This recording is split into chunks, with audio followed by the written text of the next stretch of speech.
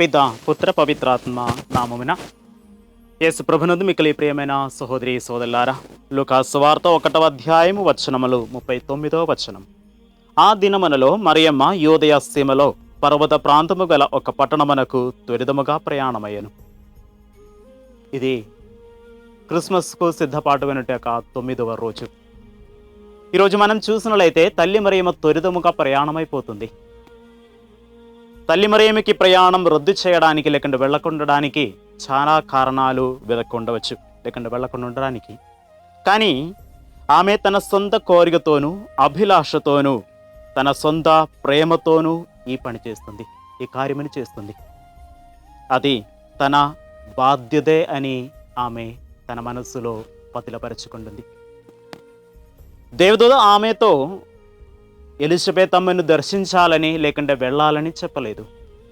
కానీ తల్లి మరియమ్మలాగే స్వయముగా సేవ చేయాలని మనస్తత్వమును అనుకున్న వాళ్ళు యేసు ప్రభువు వసించే దివ్య సప్రసాదం వంటి వాళ్ళు.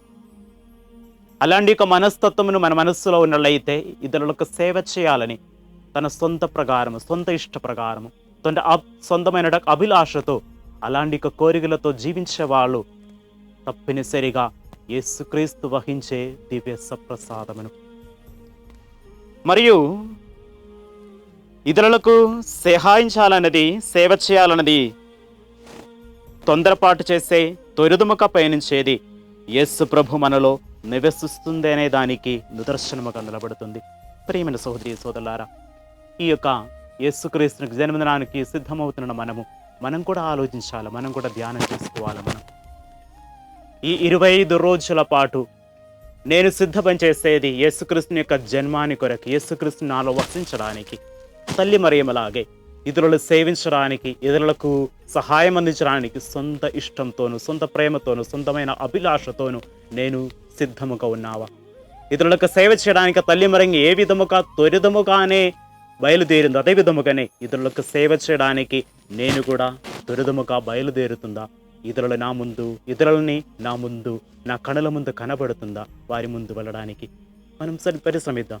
తప్పనిసరిగా ఆ యేసుక్రీస్తు జన్మించే ఆ బాలయేసు నా హృదయములోను, మీ హృదయములోను, మీ కుటుంబములోను ఆ దేవుని బాలయేసుని యొక్క అనుగ్రహమును ఉండునుగాక. పిత పుత్ర పవిత్రాత్మ నామమున